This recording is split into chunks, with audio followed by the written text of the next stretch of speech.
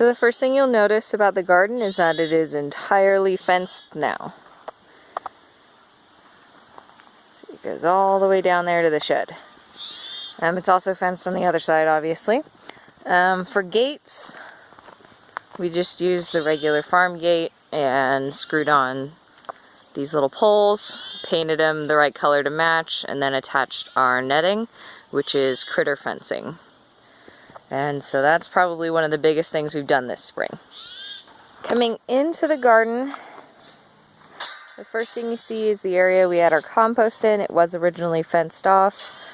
It's not anymore. The dogs can't get in here, so we're not really worried about keeping that fence up. We have a bigger fence now. Up here was an old oak tree, and soon we're going to be planting some of our fruit trees. I think 2 or 3. 1 and then 2 there. Maybe another one here. We have 3 compost rings, and they'll all fit around this area, which has enough space for them. And that is our new beehive. If you haven't seen our beehive video, go check it out. I'll post a link in the description. These are our lilac bushes, which a lot of pollinators really like, so we keep them up here at the top. On this next terrace here, we have a mound. This is where we're going to be planting 2 different types of varieties of watermelon, or melon rather. One's going to go up the hill that way, and the other is going to come up through here. I forgot to mention our fig tree up on that terrace too. If we step down a terrace, we have a lot of strawberries and the asparagus in back. The strawberries are doing really well right now. You can see that it is producing quite a bit of berries. We've already harvested quite a few off of these. I'm not sure if you can see those. Yeah. So we're harvesting about every 2 days from this variety, which I can't remember what it's called, but it is a different variety from this one. And we let both of these plants do runners last year, and they expanded their rows. This one only had 2 rows planted on the outside, and this one had rows planted throughout, but it's completely filled in now with new plants and older, more mature plants. The asparagus are doing well. They have bigger, bushier shoots this year and are setting multiple shoots up. The next row here is where it starts to get a little messy. Here are all of our controls for the sprinkler systems, or the drip irrigation. And these are brand new beds that we put in. This first bed has summer squash and borage, other beneficial plants in them. The summer squash are actually doing really pretty well. These were started from transplants. Some of them, though, didn't sprout. We didn't have enough, so we planted some directly into the bed, and they've come up. They're looking really good, too. That bed in the middle that you see is an old bed that was pretty rotten out, and it needed to be moved. Instead, we decided to repurpose it, and we put beneficial plants in them. They're just coming up now. So this plant was a beneficial bugs mix blend from Peaceful Valley along the edge, and I think that those are tricolored daisies in the middle. And whatever this was, I forgot, but it's just coming up now. I don't know if you can... Here they are. Here are our winter squash and some of the beneficials we're going to be putting in with them. These are doing really well too. They're looking really good. You can see some of the flowers starting to come out. And then we're building these trellises, which is what this mess is, but we ran out of nylon string. So we're using the square foot garden method for these trellises, and supposedly it's enough to hold squash. We'll see. We have pumpkin, butternut, acorn, and spaghetti squash in this bed. This here is entirely empty. I haven't really had time to fix it up because I have finals this week, actually. Probably shouldn't be out here filming, but I figured I'd do an update before everything gets too out of control. And as you can see, we've taken down the paneling across all of these old beds here. So everything looks a lot better, and it's a lot easier to manage without any fencing around them. In this next row, we have ourselves a mess. Right here in this container, we have rainbow bell peppers. I actually ran out of space in the beds with the other peppers. And this plant back here is horseradish, actually. Sorry, I know it's really hard to see with the light this early in the morning, guys. This is some kind of plant that smells like lemon, and the flowers, the bees really love them. No idea what it is, but it smells amazing. This is just our little mini shed thing for keeping shade cloth and other things that we need. Just on the other side of that little mini shed thing where we keep our shade cloth is another bed for just beneficials. We put that beneficial mix on this side, and that is a coneflower in the middle. And on this side, we actually did the Honey Nut Cheerios thing where we got free wildflower seeds from them for pollinators, and that's what's planted on the other half of this. Just next to that, ooh, really bright. Okay, there we go. Okay, this is another bed that we have. We have a couple rows of radishes just coming up. Here are the radish plants. And mixed in between are just mixed green lettuce, and that's what we have on that side. And right over here is our 5 little squares of oregano. I can't remember what that one is. That one's, I think, is hyssop. There's just basically beneficials throughout the front. There's also some cilantro. And then right here we have a row of cucumbers that are just popping up now. Go further along, and here is one of the cucumber transplants that made it. It's not much bigger than the others, but it's what we have. So yeah, what we basically just do for the lettuce is we throw it around and it falls in between the composted mulch, and wherever it sits is where it grows. Right next to that is the corn and potatoes. We interplanted these every other, so you see corn, potato, corn, potato. The corn will grow up out of the potatoes and they'll be able to shade each other, and the corn can grow up through. The potatoes will make a nice mulch. We only planted half the bed because we don't want 50 plants ready to harvest all at the same time, so I'll be planting this half of the bed probably shortly because these plants are getting big and they're going to shade out any new sprouts. In this final bed over here, we have shallots all through the front. That's what those are. And mixed greens, which look really sad right now because we harvested some the other day. And then these are some leeks up front. In the terrace just under last, we have the random asparagus plants that are growing up out between lemon mint.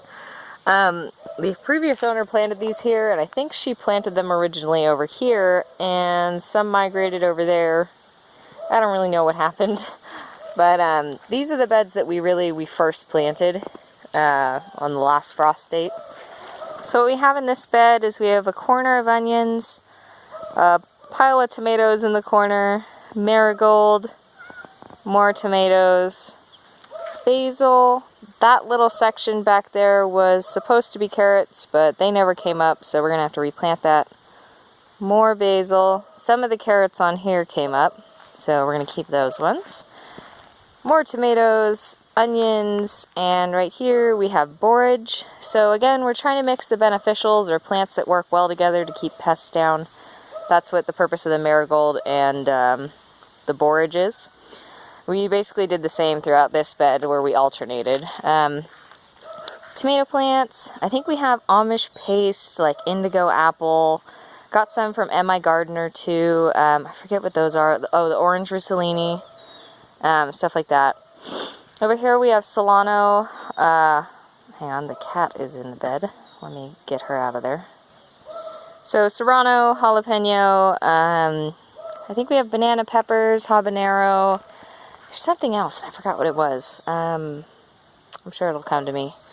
And then carrots again. Or no, sorry, these ones are beans. Provider, which are the bush beans, and they're just coming up, and they're all through here. This side, for some reason, the golden lumen beans did not come up. On the back side there, we have carrots. You might be able to see them if I get you close enough. There they are. And on the back side of that, beans. I believe those are pole beans, so they're going to need supports back there. Tomatoes again. What kind are these ones? Indigo apple. So they've got the darker stem, and those are going to be the dark red tomatoes with the blackish on top. The borage in this bed is for some reason way bigger than the borage in the other beds. And next to it are our bell peppers, rainbow bells. So we don't really know what they're going to be. Another marigold, more tomatoes in back. We have basically all this blank space in front is carrots, and these ones did come up. So we got plenty of carrots. And we'll be interplanting some more carrots or maybe some lettuce in between. We just don't want to harvest a gazillion carrots at once. 4 eggplants here, Black Beauty eggplants as I recall. They don't look very large, but I think when the weather warms up they'll be better. Pardon my sniffles, guys, I am getting a little bit of a cold. More borage and bean plants. The ones in front are bush beans and the ones in back are pole beans. I think they're scarlet runners. Nothing really too special. There's a couple blueberries at the end. And we'll be planting this bed with more cucumbers. But here's the blueberry plants. And then this bed is our winter bed that we had. Planted these peas pretty early and never got a trellis on them. So we're going to be building one of the trellises like that for the squash plant down here for these peas. And hopefully it's in time to pull them off of some of the radishes that it's surrounding. In here we have collard greens, all different kinds of peas, some spinach in back. This is a daikon radish right here that's really tall. Again, all of these plants look really sad because we just got some stuff for salad the other day. For Mother's Day, actually. We had a salad from the garden. And throughout here, radishes. There are some kale, but they're being covered by the peas. And more lettuce greens back here, which you can't see very well. And then these were mustards, but they've already gone to seed. And we're leaving those up because the pollinators really like them. Oh, look, there's a bee on them now. There she is. I bet you it's one of our girls. Oh, there she goes. So that's this row. Directly on the terrace beneath, we have all of our fruit trees. So, sorry guys, I know there's a glare. These are a blackberry bush, which we actually really want to cut back, but it's already flowering. The bees like it, and we'd really like some fruit, and then we'll cut it back. We have an apple tree here, which didn't put off any blooms. I did a serious trim on it last year. It had, not scald. It had that infection that the apples and the pears get, so I had to cut off some really big branches. And here's our persimmon tree, which is again hard to see because of glare. Sorry, I should probably be walking the other direction. And then this is our, what is this? Pluot. It's a pluot tree.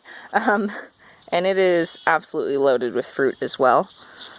It looks like it's going to be a good year. We did mulch the ground last year with shavings from the chicken coop. And then this is our other apple tree, which actually has some good-sized apples on it. See? And they're all over. I'm going to have to thin them out because they're just far too close together and they're going to get some kind of disease.